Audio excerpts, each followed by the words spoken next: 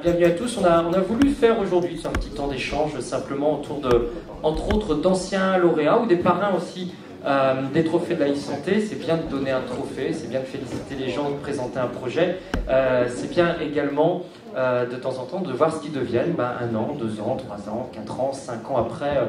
Où est-ce qu'on en est arrivé? Alors, je vais appeler, pour qu'il me rejoigne, François Lescure de Médecins Directs, qui lui était Grand Prix de cette université en 2012. Il nous avait présenté un projet qui était ambitieux, qui est toujours ambitieux d'ailleurs, qui s'appelle SIMPAD, avec l'idée, si je me souviens bien à l'époque, François Lescure, de dire que à une époque, on a des problèmes de démographie médicale sur certains territoires. Il y a un acteur, en tout cas de la santé, qui reste présent et fortement partout, c'est le pharmacien. Parfois, il n'y a plus de médecin généraliste, mais il y a toujours le pharmacien, au moins dans le village. Et pourquoi pas utiliser justement cette implantation de pharmacie pour en faire une sorte de corner où certains malades, notamment des malades chroniques ou des personnes âgées, pourraient aller régulièrement et avoir une prise de tension ou vérifier 2 ou 3 choses, le souffle ou autre, ce que certains pharmaciens font déjà, d'ailleurs par définition, même si ce n'est pas totalement légal, mais ils font déjà pour rendre service aux malades. Voilà, ça c'était l'idée de départ et de développer donc, ces corners dans toutes les pharmacies. J'ai envie de demander tout simplement, 3 ans après, en 2015, on en est où ? Alors, on en est aujourd'hui on a lancé le produit officiellement en avril à Pharmagora dernier. Voilà, après un peu plus longtemps que prévu dans le développement, pas forcément pour des raisons techniques, mais beaucoup pour des raisons légales, réglementaires, juridiques. Et ça, c'est pas bon pour la e-santé, ça. On n'a rien vu. Et c'est bon pour la convivialité, ça voilà. Compte aussi. Et donc on était parti effectivement sur une idée qui a été en fait lancée en 2012, et puis on a effectivement un peu galéré parce qu'un de nos développeurs techniques a quitté la place, a tout simplement déposé le bilan, donc on a dû retrouver un autre prestataire technique. Et puis ça a pris un peu de temps, et puis on était parti dans une expérimentation V0 qui était une expérimentation, comme je disais tout à l'heure à Lionel, on était dans une mouvance tout à fait naïve de se dire, avec la fleur au fusil, on se dit on va partir avec des vraies convictions. C'est qu'un, il faut faire travailler tous les professionnels de santé ensemble. 2, le pharmacien est une porte d'entrée géniale, on va lui faire plein de choses. 3, tout ça, ça va être hyper simple puisque tout le monde va nous donner des autorisations immédiatement. Alors ça, c'est les 3 premiers postulats de départ. Si on reprend l'un après l'autre, justement, sur ces divers postulats. L'idée, c'est intéressant de faire travailler le pharmacien et le médecin. L'idée de départ, c'était on peut prendre quelques données simples chez un pharmacien. S'il y a un souci, on les envoie directement au médecin. Comme ça, on évite des déplacements, ou au contraire, on envoie chez le médecin une personne qui a réellement besoin d'y aller. Possible ou pas possible ? En théorie, c'est pas possible, en pratique, c'est pas possible, sauf si vous demandez à la HAS un protocole de coopération de soins, puisque c'est elle qui délivre ce genre de protocole. À partir du moment où vous faites travailler dans une chaîne de valeur plusieurs professionnels de santé, il y a un protocole de coopération de soins. Donc là, on rentre dans du médical avec quelque chose qui est extrêmement serré de la part de l'administration, extrêmement lourd à mettre en place, surtout pour une start-up. Oui, et puis en plus, on a fait la bêtise maintenant qu'on connaît, qui est de rentrer. On s'était dit bêtement, on va rentrer dans un protocole, dans une version protocole. C'est comme un protocole clinique. On va dire aux gens, vous êtes diabétique, voilà ce qu'il faut faire, voilà l'étape 1, 2, 3. Et puis et là, on s'est aperçu que on n'a pas les moyens de l'industrie pharma ni rien du tout. On peut pas faire de groupe contrôle, on peut pas. Et puis rentrer un patient dans un protocole, c'est le taguer très clairement malade. Et en fait, nous, on voulait alléger justement un peu tout ça et le rentrer dans plutôt une boucle vertueuse de prise en charge par lui-même, etc. Donc la version 0, ça a été un flop complet, à la fois vis-à-vis des patients et vis-à-vis des professionnels de santé. C'était beaucoup trop compliqué et beaucoup trop impactant par rapport à...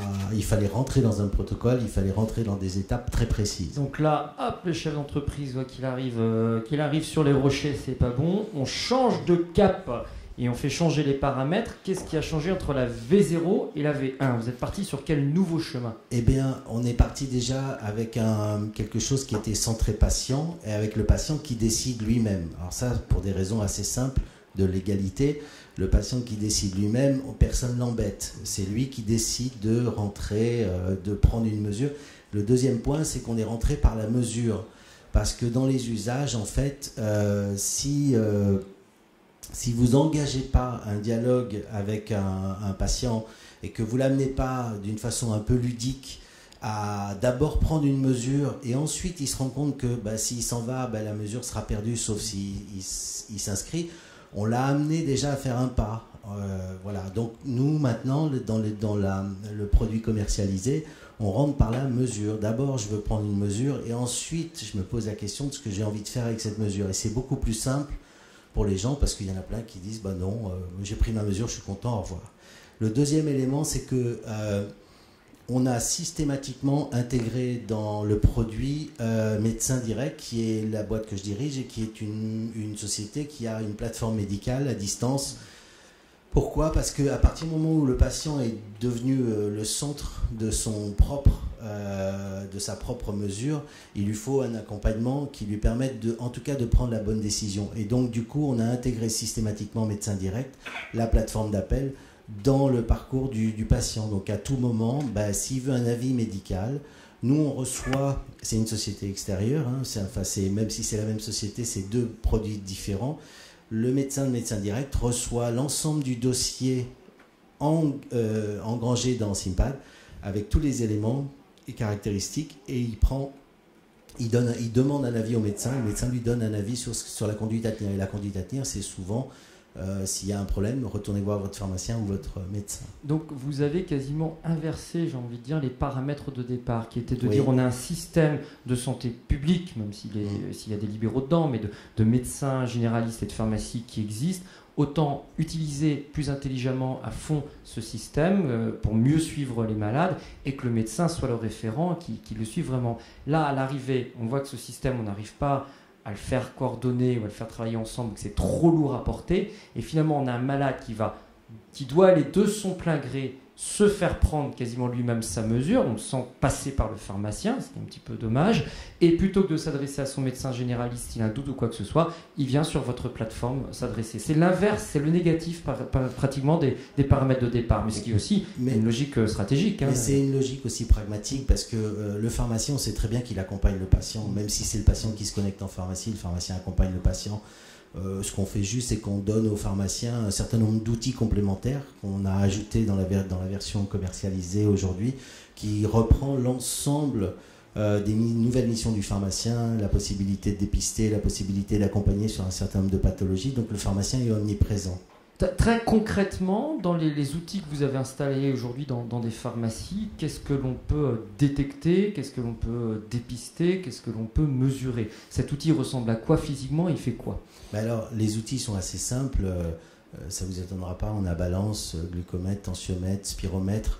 On travaille aussi sur la connexion photo, et là, soit avec un dermatoscope mais qui coûte assez cher, soit avec tout simplement un smartphone, pour pouvoir dépister un certain nombre de problèmes et avoir une solution derrière via Médecin Direct aussi, pour enclencher quelque chose qui est pour nous une vertueux par rapport à la démarche d'aller se prendre en charge ou d'aller se faire soigner chez son médecin. Très concrètement, ça ressemble à quoi? C'est un corner, vous parliez de corner il y a 3 ans pour les pharmacies, c'est un coin de la pharmacie qui est spécifique, c'est quelque chose qui est dans la boutique, qui est plutôt dans l'arrière-boutique, c'est une borne, c'est quoi? En pharmacie, on est obligé d'être dans l'espace de confidentialité parce que c'est un entretien avec le pharmacien.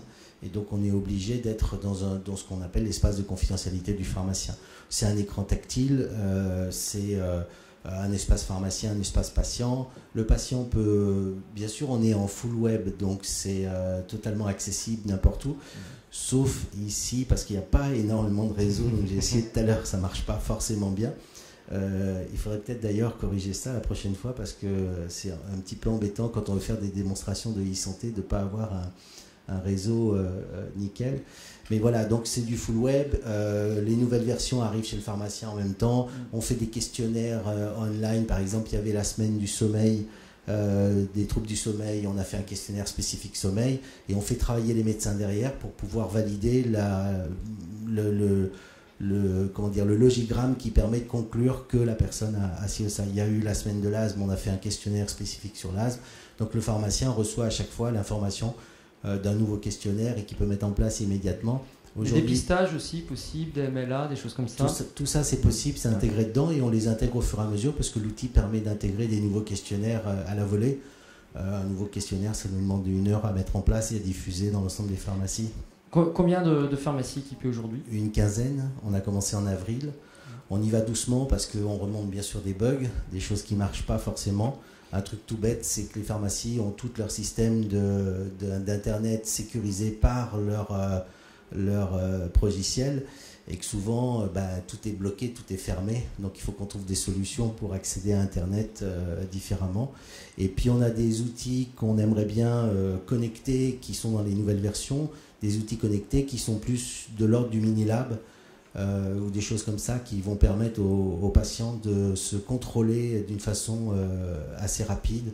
Il y a certaines personnes ici qui savent de quoi je parle. Entre Samsung, Aller et les autres, il y a des mini-labs qui arrivent et qui sont capables, avec une goutte de sang, voire même pas de sang du tout, de faire un certain nombre de mesures. Donc une quinzaine de pharmacies équipées aujourd'hui. Les objectifs qui restent ambitieux, vous voyez, à 3 ans, 1 millier de pharmacies en fait, à équiper.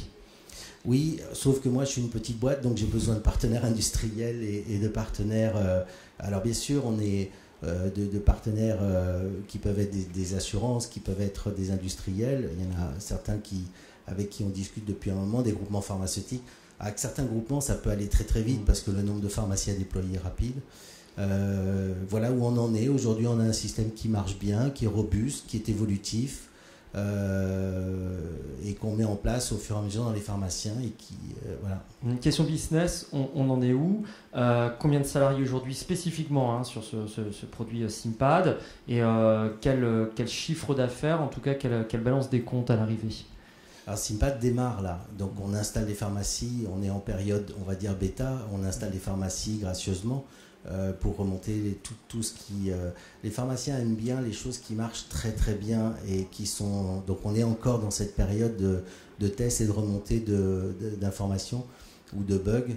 Donc on installe les pharmacies aujourd'hui. Moi j'installe sur mes fonds propres aujourd'hui et on est encore dans la période du projet puisque en 2012 on avait gagné l'appel à projet e-santé numéro 1, donc on a encore des fonds et des subventions jusqu'en novembre pour aller jusqu'au bout de l'expérimentation. Et toute dernière chose, vous réfléchissez aussi à un autre business model qui partirait sur des formes d'abonnement pour certains malades, certains patients? Alors nous, ce qu'on a prévu là-dedans, parce que le modèle économique a changé 10 fois aussi, je pense qu'on est arrivé à quelque chose qui nous paraît intéressant aujourd'hui, qu'on a testé et qu'on n'a pas validé, mais en tout cas testé auprès de tout le monde. C'est que les payeurs habituels du système de santé, c'est sécurité sociale, complémentaire santé et éventuellement patients. Je pense que dans notre système, les payeurs seront à peu près les mêmes, sauf que la Sécu a juste un peu de mal à arriver, mais elle va y venir de toute façon. Dans les modèles économiques, SIMPAD, on a le système en pharmacie, mais on a aussi la possibilité pour le pharmacien de donner aux patients pour se piloter à domicile. Un insuffisant cardiaque ne va pas venir tous les matins prendre son poids en pharmacie, c'est pas concevable. Donc ce qu'on a fait, nous, c'est simplement qu'on donne des packages aux pharmaciens qui vont lui permettre de donner aux patients pour un prix. Moi, mon modèle qui marche depuis 30 ans ou 20 ans, c'est le modèle de la téléphonie mobile. C'est dire on va intégrer l'amortissement du matériel dans le prix de la location et on est sur une base de location avec intégration du matériel et des services dedans. Et pour 9,90 €, 19,90 €, vous savez ces chiffres-là comme ça par cœur, on peut offrir un suivi à domicile. Moi, je ne crois pas du tout à l'achat spontané en pharmacie, voire ailleurs, pour des personnes malades chroniques qui ont envie de se suivre. Je ne crois pas du tout à l'achat d'une balance à 150 €, d'un tensiomètre à 150 € parce qu'ils sont connectés. J'y crois pas du tout. Par contre, intégrer dans 19,90 € une balance, un tensiomètre, plus le service éventuellement médecin direct, ça, plus la plateforme derrière, plus la plateforme, là on a pour nous une chaîne de valeur qui est bien identifiée pour le patient et qui est tout à fait compréhensible et qui passe tout à fait budgétairement dans ce qu'on a l'habitude d'accepter. SIMPAD, le free de la santé connectée. Voilà, ça sera là. Et je dirais juste un dernier mot, c'est que quand on pose la question aujourd'hui, dans Médecin Direct, on a à peu près 1 million de personnes qui utilisent le service Médecin Direct et la plupart de mes clients sont des assureurs, aussi des industriels, dont certains pas très loin d'ici, et des agences régionales de santé qui peuvent être des fournisseurs. Et j'ai mangé ce que je voulais dire par rapport à ça. Ah oui, on a testé auprès d'un certain nombre d'assureurs qui sont déjà nos clients de dire est-ce que sur une cotisation ou un prix tous les mois pour se faire contrôler en pharmacie, qu'est-ce que vous pensez, est-ce que vous pourriez en prendre en charge une partie? Et la question a été, j'ai jamais eu de non. Voilà. Ça a été oui, bien sûr, parce que ça s'inscrit dans une démarche assurantielle qui est logique, puisque là, je fournis ou je prends en charge un système qui, s'il n'est plus utilisé, est arrêté. Voilà. Beau développement quand même depuis 3 ans, et on voit tous les écueils, le nombre de fois où vous devez réinventer la stratégie et la santé. C'est de la galère, mais c'est du plaisir aussi, oui, quand même. Oui, quand on arrive au bout, oui, c'est du plaisir. On peut prendre juste 2-3 minutes si vous avez éventuellement une ou deux questions à poser à François Lescure avant de passer à l'exemple suivant. Je regarde les bras, si c'est clair. Que sont devenus nos grands primés de ces dernières années, non? 1 fois, 2 fois, 3 fois, bah écoutez, on peut l'applaudir et puis le remercier. Voilà, autre lauréat qui avait eu un grand prix, c'était en 2013, c'était l'année suivante. C'est Sauvinti, François Prigent va venir nous rejoindre. Voilà, François. Sauvinti, Grand Prix 2013 de cette université d'Aix-Santé. Je rappelle aussi le principe de manière assez rapide. L'idée, c'était de dire que pour vous qui veniez d'Air France, de l'aéronautique, etc., d'appliquer la même rigueur scientifique qu'on peut avoir dans la sécurité des aéronefs à la sécurité en hôpital, que ce soit avant l'hôpital, pendant l'hôpital, après l'hôpital, avec un système où avant l'hôpital, le patient rentre ses données, sa température, son poids, ses points de faiblesse, etc. Tout est complètement checké. Pendant l'hôpital, on a du vert, du rouge et de l'orange. Le médecin, il a toutes les données. S'il y a la moindre donnée qui est orange ou rouge, on doit pouvoir arrêter l'opération, on ne peut pas aller en avant, sauf à forcer le système. Mais le système, il est arrêté, tout ça pour par exemple ne pas oublier un produit dont on a besoin pour une anesthésie, un soin particulier qui aurait dû être fait avant et qui n'a pas été fait ou qui a été oublié, ou le papier il n'a pas été marqué, ou il a été perdu, ou je ne sais quoi. Donc tout ça est extrêmement checké. Et puis en post-opératoire, le patient il est chez lui, il check aussi tous les jours, tous les 2 jours, ou 2 fois par jour s'il le veut, les items que lui a donné son chirurgien, la fièvre, les saignements, les selles, enfin tout ce que l'on peut imaginer, de manière très simple, sur un smartphone, sur sa tablette. Ça, c'était le projet qui avait été récompensé, si je ne me trompe pas trop, il y a 2 ans, pardon. Qu'est-ce qu'il est devenu depuis? Quel a été le développement de cette société? Eh bien, mesdames et messieurs, bonjour. Merci pour cette intervention. Je rejoins François Lescure que j'ai rencontré il y a 2 jours et je suis en totale osmose avec ce qu'il a rencontré. C'est la solidarité entre les grands prix, ça. Tout à fait. Et je pense que, d'abord on s'est rencontrés, mais on a brièvement échangé et on doit se revoir parce que je pense qu'il y a une collaboration possible. Alors oui, qu'en plus de nos parrains qui est l'Aboro Pierre Fabre, eh bien, il y aura certainement autre chose. Et je pense que concomitamment, nous pourrons avancer chacun de notre projet, mais le valoriser. Alors ça, c'est le rôle vraiment de casse aussi, de mettre les gens ensemble. Voilà. Alors, le projet, je reviens à ma question initiale quand même. Le projet, en 3 ans, il a connu quelles évolutions? Quelles galères, comme dirait François Lescure, mais aussi quels points positifs? Alors, donc l'idée m'est venue en 2009. J'ai créé ma société le 12 février 2010. Et comme je viens moi, du monde de l'aéronautique, en tant que commandant instructeur pilote de ligne, quand je veux mettre quelque chose en place, je le valide d'abord. C'est-à-dire que je ne vais pas partir avec mon avion si quelque chose est pas tout à fait vérifié. Donc on a validé notre process et nous avons donc participé ici en 2013. On avait déjà fait une proof of concept et ceci était intéressant. On l'a fait avec des médecins parce que moi je ne suis, comme je vous l'ai dit, ni médecin ni informaticien. Voilà, avec mon simple diplôme d'ingénieur et de pilote, eh bien, on a essayé de faire quelque chose qui permet de sécuriser. Alors, je suis parti d'un théorème assez simple, ce que j'appelle le théorème de l'interrupteur, qu'a peut-être employé Steve Jobs. J'aurais voulu discuter avec lui, mais c'est une chose où d'abord l'ergonomie prime, et à partir de là, eh bien, l'interrupteur, c'est le bouton blanc qu'on voit là, on sait à quoi il sert, il n'y a pas de mode d'emploi. On peut peut-être faire une petite démo, comme ça on comprendra bien. Je ne sais pas si vous avez un smartphone avec vous, autre. On aurait pu montrer l'interface. Comme ça va être, parce depuis 2013, elle a été retravaillée, elle a été mieux finalisée, et je pense qu'on comprendra mieux en la voyant. Qu'est-ce qu'a le patient? Et la photo de sa petite fille chez lui, d'abord. D'abord, oui. Et ensuite, qu'est-ce qu'il va trouver? Je vais tenir le micro, ça va être plus simple. Merci.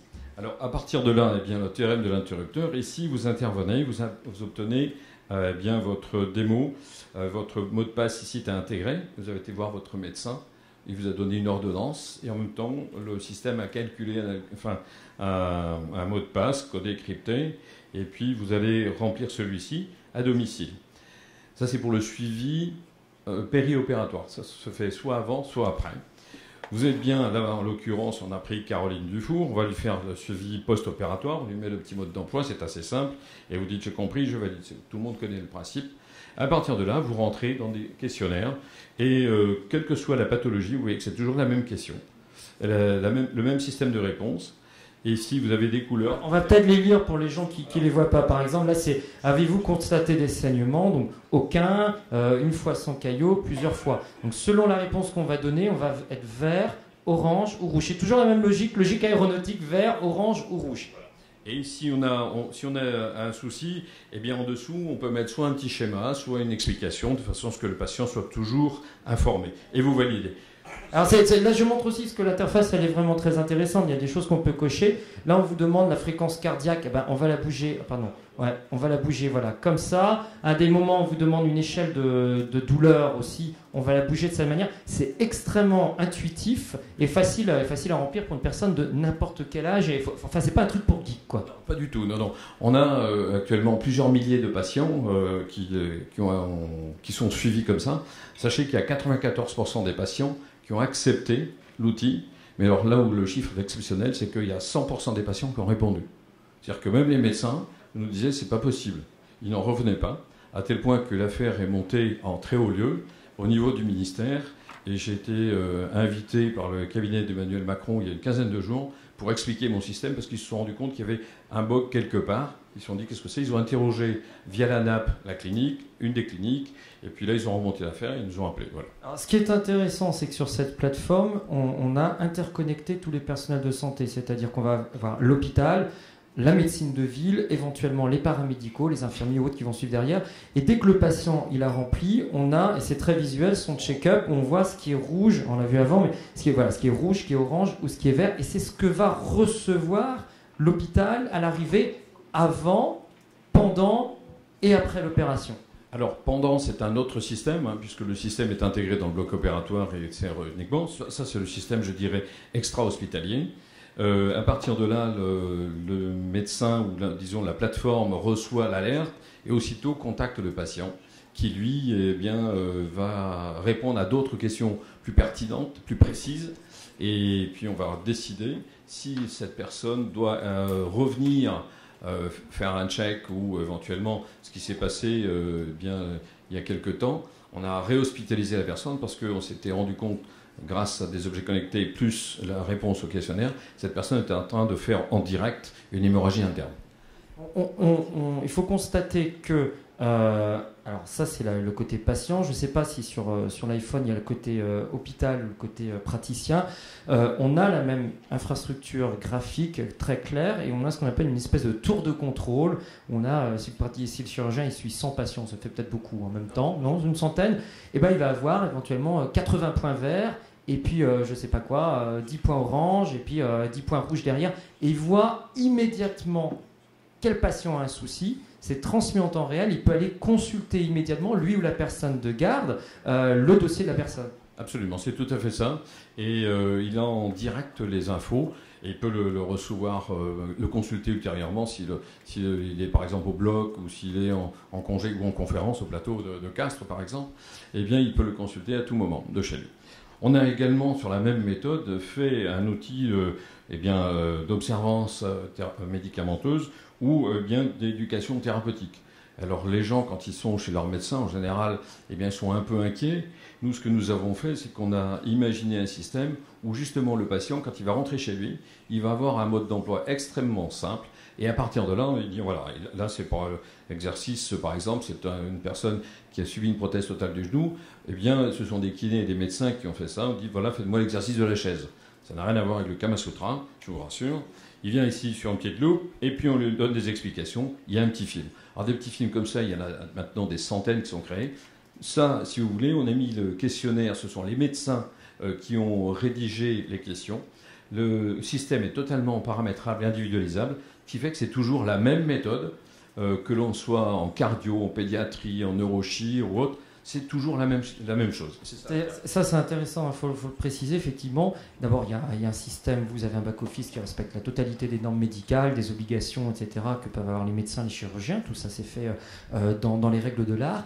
Et là-dessus, le chirurgien, s'il veut suivre un patient sur des items précis, alors il y a tous les items obligatoires dans son suivi de patient, et il glisse lui-même, tout simplement, s'il a envie de rajouter 4 ou 5 items spécifiques à la personne. Donc il y a une véritable, à la fois on respecte les règles générales, mais on individualise le suivi des uns des autres. Voilà. Le plus important, c'était de ne pas remplacer le médecin. Le médecin, pour moi, justement, parce qu'on est avec des objets, je dirais des objets mobiles, il faut au contraire faire davantage d'humanité. J'ai déjà, d'ailleurs, déposé la marque Think Human. Quand j'ai présenté mon outil à Harvard l'année dernière, j'aurais dit, ici, il y a quelqu'un qui a dit Think Different. Il s'appelle Steve, tout le monde a répondu Jobs. Ok. Mais moi, je vais dire Think Human. Et je m'appelle François Prigent, je vais vous raconter pourquoi je sauve des vies au quotidien. Je ne suis pourtant pas médecin, ni pharmacien, ni biologiste. Ils m'ont regardé des yeux comme ça, je dis, voilà, je vais vous expliquer comment, grâce à des méthodes que l'on utilise au quotidien dans nos avions, ça permet d'aller beaucoup plus loin. Mais chaque médecin, ici par exemple, chaque médecin a sa manière de voir. Vous êtes ici un certain nombre de personnes, vous regardez un tableau. Voilà le tableau qui est affiché. Eh bien, chacun verra des choses différentes. Pourtant, on voit tous la même chose. Eh bien, il faut faire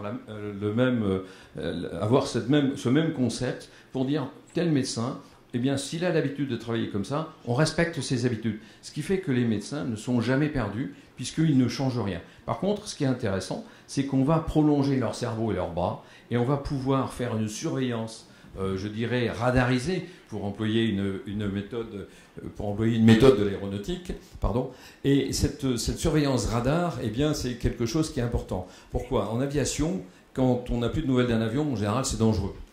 Un médecin, quand il n'a pas de nouvelles de son patient, c'est que ça va bien, c'est qu'il est guéri. Donc on a essayé de transposer justement cette criticité au niveau bien de l'acte médical et du suivi médical pour que justement on arrive à voir. Voilà, ça c'est cette fameuse tour de contrôle, puisqu'on est dans l'aviation, donc vous reprenez l'image. Là, c'est ce que peut voir un médecin, une infirmière ou un assistant avec la totalité des patients. Il y a une quatrième couleur qui s'est rajoutée, qui est une couleur mauve. Ça, c'est les patients qui n'ont pas répondu. Voilà. Donc il va falloir soit rappeler pour comprendre qu'ils n'ont pas répondu, ou en tout cas recontacter d'une manière ou d'une autre. Donc ça, c'est la solution. Qu'est devenue l'entreprise ? On voit déjà que la solution elle a beaucoup évolué en 3 ans. On va mettre les aspects techniques de côté. Maintenant, on va passer sur l'aspect business. Qu'est-ce qu'a apporté déjà ce Grand Prix et quelle histoire a vécu l'entreprise depuis le Grand Prix ? D'abord, j'ai remporté ce Grand Prix le 4 juillet 2013 et j'ai fait mon dernier vol commandant de bord Air France le 30 mai 2013, quelques jours auparavant. Donc vous vous en souvenez, parce que c'était vous mon intervieweur. Et j'étais très content, j'étais persuadé, un peu comme François Lescure disait tout à l'heure, que ça allait démarrer très vite. Alors là, c'est des obstacles de la start-up avec de grosses difficultés. Pourquoi ? Parce qu'on est dans de l'humain et il faut convaincre les gens à adopter. C'est-à-dire convaincre qui ? Les patients ou les médecins ? Les médecins. Ou les directeurs d'établissement ? Ou les directeurs d'établissement, oui. Ouais. Alors, donc c'est-à-dire qu'à partir du moment où vous avez votre premier contrat, tout avance. Alors, je vais vous révéler, on a fait 708 € de chiffre d'affaires en 2013. On a avoisiné les 200 000 en 2014, et une belle progression. Et cette année, nous ferons plusieurs millions de chiffres d'affaires. Vous voyez l'importance. Voilà. Ça mérite, on peut franchement applaudir, ça fait chaud au cœur des startups qui fonctionne comme ça. On peut dire aussi des mots de la stratégie. D'abord, test dans un premier établissement, puis dans un groupe d'établissements. Et la difficulté, c'est durer sur fonds propres, avoir suffisamment de fonds propres pour réussir à convaincre des établissements de mettre les choses en test. Oui, alors là, j'ai la chance d'avoir des cheveux blancs, c'est-à-dire que j'avais un pécule de côté, j'étais à peu près économe dans ma vie, et donc eh bien, j'ai commencé au début puisque j'ai un niveau d'incompétence assez vite atteint, un niveau de compétence, pardon, assez vite atteint en informatique, donc j'ai commencé par embaucher un ingénieur. Et puis, il était brillant, il l'est toujours d'ailleurs, et il travaille toujours avec moi. Ça fait 5 ans, mais j'ai commencé à le payer sur mes fonds propres. Donc au début, vous y allez, vous avez une petite cagnotte, vous videz tout ce que vous avez sur votre compte en banque. Puis après, vous commencez à vendre vos belles voitures. Puis après, vous vendez j'avais quelques appartements. Vous vendez tout ça pour payer, 1, les salaires, et 2, les brevets. Tout y est passé. Voilà, tout y est passé, oui. Alors c'est très important de faire une solution protégée. Les gens disent, on ne peut pas protéger. Si. Je dis tout de suite, en matière d'algorithme, en matière d'informatique, on peut protéger beaucoup de choses. Les gens en France ont tendance à dire un logiciel ne se protège pas. Grosse erreur. Donc à partir de là, on l'a protégé mondialement. Et là, je vous garantis que ça coûte cher au quotidien. Mais c'est un investissement intéressant. À partir du trimestre, à partir de la rentrée, pour exactement, eh bien, on va ouvrir dans la Silicon Valley parce qu'on fait une grosse levée de fonds. Et nous allons ouvrir à la fois aux États-Unis, quelques jours plus tard au Japon et en Corée du Sud. Avant d'aller international, d'abord restons sur l'aspect français. Aujourd'hui, combien d'établissements ont adopté cette solution? Combien de malades utilisent aussi cette solution? Alors, nous avons aujourd'hui aussi bien des établissements publics que privés, puisque le CHU de Toulouse va être équipé à la rentrée, va être équipé dans ces quelques jours et va utiliser à la rentrée, parce qu'il faut faire un peu de formation. Ça va être le premier des CHU, mais nous en avons plusieurs autres avec lesquels nous sommes en discussion. Et vous savez qu'il y a tous les systèmes d'appel d'offres, je vous laisse passer là-dessus. Au niveau des cliniques, eh bien, il y a plusieurs groupes et nous avons actuellement une trentaine de cliniques qui sont équipées, mais elles font partie de plusieurs groupes et on peut normalement, quand je dis normalement, c'est en cours de signature, on devrait avoir à peu près 250 cliniques équipées d'ici à la fin d'année et le double à la fin d'année prochaine, donc rien qu'en France. Ça, c'est la règle de la start-up aussi, surtout quand ça marche bien, ça va durer, et au moment où ça monte comme une fusée, pouvoir complètement mettre les gaz et mettre l'énergie derrière, quoi. C'est-à-dire qu'on court un marathon à la vitesse d'un 400 mètres. Ouais. Et aussitôt que le démarrage il est en cours en France, tout n'est pas encore signé, vous le dites, mais les choses se présentent extrêmement bien, tout de suite avoir la visée à l'international. Tout de suite, oui, c'est ce qu'on disait hier sur les différents plateaux avec Emmanuel Dumont et Geoff Applebaum, c'est effectivement ne pas avoir peur. Alors j'ai fait une présentation aux 6e assises numériques de la santé, de la e-santé à Neuilly le 10 mars dernier. Et les gens ont commencé à dire mais il y a une désaffection des objets connectés. Cette désaffection, elle se constate. Pourquoi ? Parce que quand on regarde les différents plateaux, il suffit de voir ce qui se passe ici à Castres, eh bien, vous allez avoir un cardiologue qui va inventer un système hyper génial pour la cardiologie. Vous allez avoir quelqu'un qui va faire un système hyper génial en proctologie, un autre pour les plaies. Et à chaque fois, le patient, lui, il est un petit peu perdu là-dedans. Donc ce qui est essentiel, c'est d'avoir une seule et même méthode. Parce que du coup, le patient, il va pouvoir suivre. Je prends toujours le cas, si je puis donner un exemple, de la jeune femme dynamique qui a une trentaine d'années et qui elle va être suivie pendant sa grossesse d'une certaine méthode, toujours avec le même principe, avec toujours des conseils donnés toujours par les médecins, des petits films ou des croquis faits par les médecins. Et puis elle arrive à la naissance, le bébé atteint une dizaine de jours, il nous fait une jaunisse, il a 10 jours, c'est un peu la panique. Et le pédiatre lui donne un conseil, lui donne une checklist à faire, comme elle l'a eu. Le mari qui joue au Castres Olympique, puisqu'on est à Castres, qui joue au rugby au Castres Olympique, eh bien, il s'est cassé les ligaments du genou. Qu'est-ce qu'il va ? Eh bien, il a un traitement, des exercices à faire, ce que l'on a vu tout à l'heure. C'est toujours la même méthode. Je dirais que le beau papa qui mange bien foie gras dans le sud-ouest, canard gras et cassoulet, qui a fait une chirurgie bariatrique, il a encore la même méthode. Et puis la belle maman qui, elle, n'a pas de chance en traitement anticancéreux, eh bien, c'est également la même méthode. C'est ça qui est important. La même méthode, le même outil, capable de s'adapter à tous Absolument. les systèmes informatiques des différents établissements ou des différents praticiens. En un mot, on a fini notre quart d'heure. Juste le Grand Prix et le parrainage qui suit ce Grand Prix, parce qu'on y tient beaucoup ici à Castres, ça a apporté quoi très concrètement? Alors très concrètement, d'abord, les laboratoires Pierre Fabre, on va commencer à travailler, ça fait longtemps qu'on discute, mais sur des sujets très précis. On va les mettre en place très très prochainement à la rentrée pour un suivi. Donc Pierre Fabre nous a beaucoup aidé. On a fait une soirée tweet à Paris il y a quelques temps. On a été suivi par plusieurs dizaines de milliers de personnes. Et cet éclairage-là est excessivement important. Les réseaux sociaux ont une importance, et le parrain a une grande importance, parce que quand on est un start-upper, eh bien, on n'a pas de crédibilité, d'autant plus que, en tant que commandant de bord, bon, je suis crédible quand je suis aux commandes de mon Airbus, mais quand je viens parler de médecine ou d'informatique, les gens me regardent un peu de travers. Ce qui est intéressant, c'est cette culture transversale. Et un chirurgien m'a dit, votre avantage justement, c'est que eh bien, vous pouvez parler à tous les chirurgiens de la même manière. Alors qu'un neurochir, il ne va pas écouter un cardiologue, il n'écoutera pas un pédiatre ou autre. Et c'est ça un petit peu la différence. C'est d'éviter cette culture en silo et de mettre un standard. Voilà. Merci François Prigent, belle réussite de ce VATI qui est en cours. Je ne sais pas s'il y a le temps pour une ou deux éventuellement questions. Monsieur, on vous apporte un micro, si quelqu'un peut apporter le micro. Autrement, je vais l'apporter moi-même. Voilà. J'aime aussi bien servi que par soi-même. Voilà. Des questions rapides, puis réponses rapides aussi. Absolument. François Prigent. Bonjour, juste pour savoir le modèle économique. Abonnement, oui, tout à fait. De la même manière que François Lescure, on a eu des difficultés au début. Eh bien, il y a un pas à franchir. On ne savait pas trop. Il y a 4-5 ans, ce n'était pas le modèle d'aujourd'hui. Le modèle, eh bien, il y a un modèle économique très simple, des frais d'installation très, très peu coûteux pour un établissement, quel qu'il soit, et ensuite un abonnement mensuel. Méthode SaaS, si vous voulez, quelque part. Alors, qui est fonction de la taille de l'établissement, mais qui revient pour un suivi de patient à quelques centimes d'euros. C'est l'établissement qui paye pour l'instant. Alors peut-être qu'on peut imaginer que dans quelques temps, les assureurs viendront aider, parce qu'eux aussi sont les grands gagnants, ainsi que l'assurance maladie. Une ou deux autres demandes de précision éventuellement?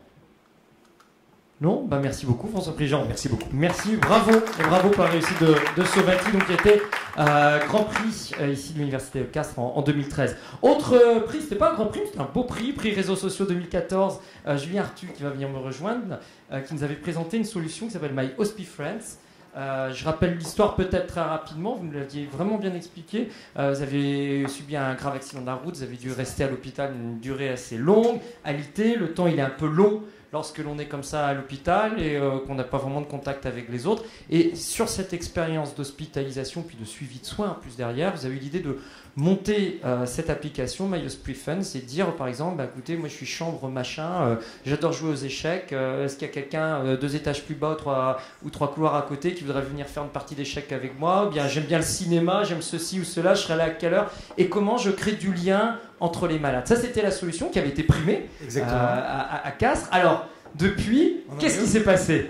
Donc on fait toujours ça, c'est toujours notre métier principal. On a augmenté le nombre d'établissements, puisqu'on était à Foch à l'époque en expérimentation, donc sur un établissement. Aujourd'hui, on est notamment à Gustave Roussy, qui est un établissement qui est assez intéressant pour nous parce que c'est de la cancérologie. Et on l'a notamment ouvert sur tout ce qui est hospitalisation à domicile, puisqu'on va aujourd'hui de plus en plus vers l'hospitalisation à domicile.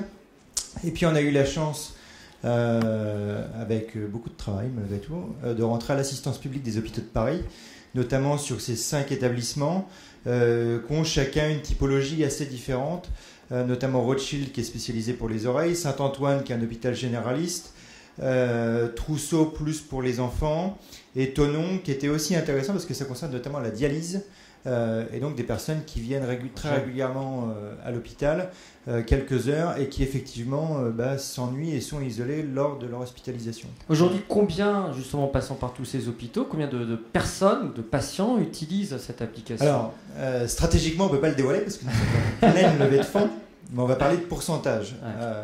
Sur l'ensemble des établissements, alors ça varie après en fonction des typologies d'établissements. Mais globalement, on est à entre 60 et 80% des patients hospitalisés en long séjour, donc à plus d'une semaine. À Foch, on va être à 80-90% parce que ça a été notre hôpital pilote, ça a été le premier, etc. Les autres ont suivi. Et aujourd'hui, on essaye aussi de rentrer sur des sujets qui sont différents, notamment l'hospitalisation à domicile. Et donc, il faut également évangéliser le produit et que le patient soit également au courant que le produit existe au travers de son établissement. Donc, c'est un processus qui est quand même globalement long, mais qui est toujours aussi successful. Est-ce que vous rejoignez les deux témoignages qu'on a entendus jusqu'à présent, qui est de dire changer les habitudes, convaincre, alors que ce soit des médecins, plutôt des directeurs d'hôpitaux, dans ce cadre-là, c'est dur. Alors oui, c'est dur. Maintenant, on essaye aussi d'être novateur dans notre démarche. Alors je voulais en parler plus tard, mais on va en parler tout de suite. Justement pour évangéliser un peu ces nouveaux produits, les produits existants, etc. On s'est posé la question avec un de mes partenaires qui est ici, Hôpital Train, en se disant mais il y a plein de possibilités, notamment dans le multimédia à l'hôpital. Et on est encore sur des systèmes d'il y a 10-20 ans avec de la vieille télévision où il y a tout juste la TNT, etc. Alors, je vous invite à aller à celui de Castres, vous verrez des tablettes avec des bras articulés sur tous les lits. Alors que malgré tout, par exemple, dans le cadre de la télévision, vous avez votre box à la télévision. Et en fait, c'est comment apporter ce que vous avez chez vous à l'intérieur de l'hôpital. Et donc, on s'est posé des vraies questions donc avec Jean sur toute la partie hôtelière, sur la cafette, sur la prise de rendez-vous en ligne des hôpitaux, le paiement en ligne, les boutiques, le multimédia, les réseaux sociaux, etc. Et en fait, on est parti en se disant, finalement, effectivement, c'est dur de faire bouger les lignes. Donc, ce qu'on va faire, c'est qu'on va créer un livre blanc des futures bonnes pratiques et des tendances qui vont venir dans les prochaines années et justement aider les directeurs d'hôpitaux, aider les directeurs des achats, les directeurs de la communication dans cette démarche de modernisation de l'hôpital. Alors ça veut dire quoi par exemple? Que le malade il peut donner son avis sur un hôpital, sur un hôpital? Ça a été exactement ça. En fait, on a lancé un questionnaire, une enquête en ligne, à la fois sur les réseaux sociaux et sur notre réseau, puisque nous on a les patients également, de dire quelles sont vos attentes en termes de services hôteliers à l'hôpital. Donc on a eu plus de 2000 réponses. Et donc le but est de sortir donc, de ces réponses un constat, d'aller également interviewer les fédérations pour connaître aussi quelles sont leurs tendances d'amélioration sur ces sujets-là, les directeurs d'établissement, les directeurs de communication, une mutuelle par exemple, pour dire effectivement dans les années à suivre, voilà vers ce qu'on tend et ce quoi il faut aller. Est-ce que ça veut dire derrière ça que le business model a évolué et que la monétisation de cette application a changé? C'est-à-dire que le patient il a toujours les mêmes services, mais vous, pour pouvoir faire du business, vous étiez obligé d'utiliser des datas, des données envoyées par les patients et de les commercialiser d'une certaine manière. Ce ne sont pas des datas privées, pas de data cliniques bien sûr, mais de les aider à améliorer leurs établissements et à sentir ce qui se passe dans le lien avec les patients. Nous, on a toujours été sur la vente de licences. C'est-à-dire que pour que l'hôpital soit référencé chez nous, il achète une licence sur le même modèle que monsieur, qui est un abonnement pluriannuel. Et l'hôpital met donc à disposition gratuitement notre service auprès de ses patients. Après, on a aussi également une partie affiliation avec d'autres partenaires. Et on a effectivement en dernier lieu de notre business model tout ce qui est data mining, où effectivement, nous, ce qu'on a aujourd'hui, c'est de la donnée qui est tendancielle. Quand toutes les femmes de notre réseau aujourd'hui partagent sur un sujet, je ne sais pas, je vais dire une bêtise entre guillemets, mais sur le sujet de la mode, nous on recherche que des robes roses. On va être aujourd'hui en capacité d'analyser en fait les conversations sur nos forums et de dire la tendance de l'année prochaine en termes de mode, ça va être ça, etc. Et aujourd'hui effectivement on intéresse des gens de la mode ou d'autres acteurs qui sont effectivement intéressés par cette data qui est à la fois tendancielle mais beaucoup plus qualitative, notamment que sur Facebook, puisque nous on a des patients qui ont beaucoup de temps. Donc, ils ont beaucoup de temps pour partager entre eux. Voilà. Et donc, l'hôpital, en fait, votre business model au départ, qui était de proposer à la direction des hôpitaux un service entre patients, pour proposer un agrément supplémentaire, en tout cas un meilleur passage à l'hôpital. Cette stratégie, elle est là aussi, comme nos deux autres start-upers, elle a évolué pour partir vers autre chose et proposer un service plus direct à l'hôpital. Effectivement, parce que le principe de la start-up, c'est d'essayer. On essaye aujourd'hui tout un tas de choses. Il y a des choses sur lesquelles on va, il y a des choses sur lesquelles on arrête parfois ou on met en pause. Et effectivement, ce système de licence nous paraît toujours on va dire, pertinent.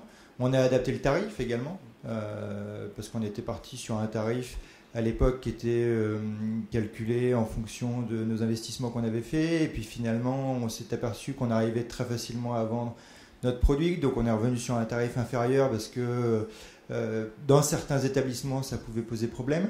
Et donc finalement, on a amélioré comme ça notre business model. Et puis également en rencontrant d'autres partenaires qui sont venus nous voir en nous disant, voilà, mais pourquoi vous n'allez pas proposer un 10 heures à l'hôpital? Pourquoi vous n'allez pas mettre en ligne la conciergerie de l'hôpital directement sur votre plateforme, etc., etc. Et donc on arrive aujourd'hui à monter tout un tas de briques, également grâce à nos partenaires.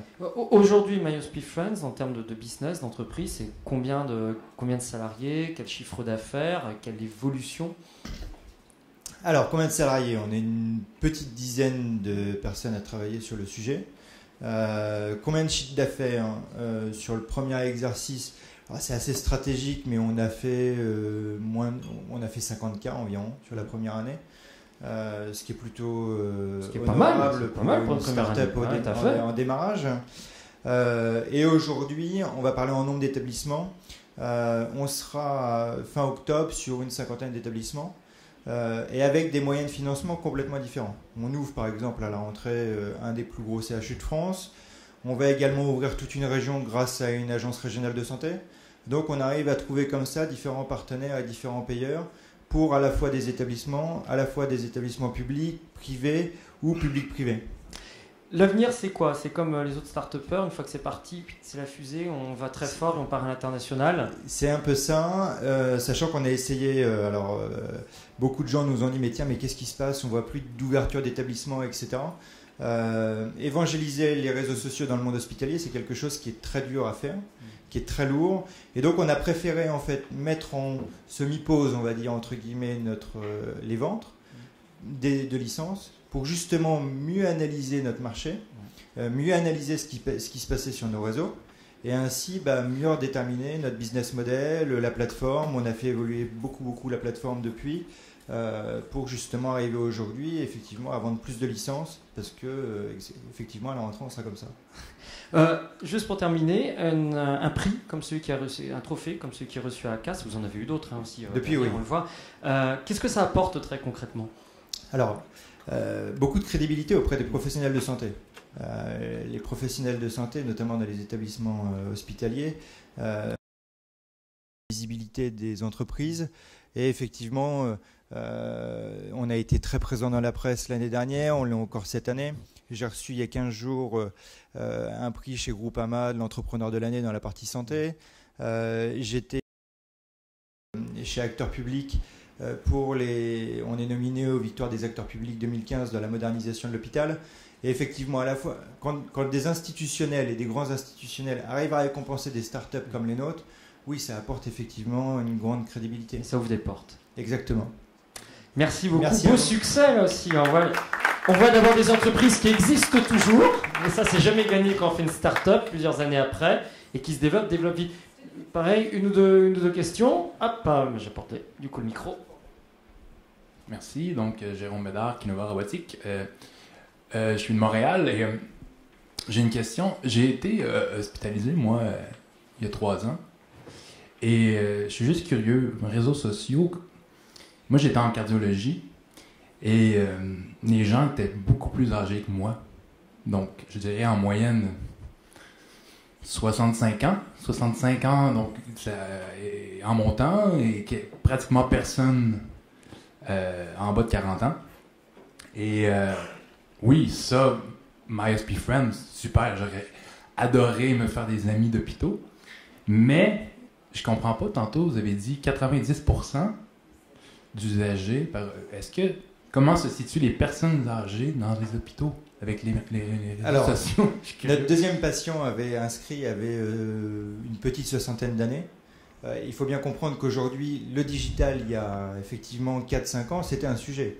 Aujourd'hui, c'est plus un sujet. Le digital, c'est partout. Tout le monde est connecté. Ma grand-mère qui a 78 ou 79 là, c'est culturel. est sur Facebook et elle partage quasiment autant, voire plus que moi. Et pourtant, je suis quelqu'un qui est un grand utilisateur des réseaux sociaux. Donc, c'est plus un sujet. Le digital, c'est plus un sujet. C'est comme on nous dit aujourd'hui, oui, mais l'accessibilité des réseaux sociaux dans le monde hospitalier. Si je fais un sondage maintenant, qui a un smartphone?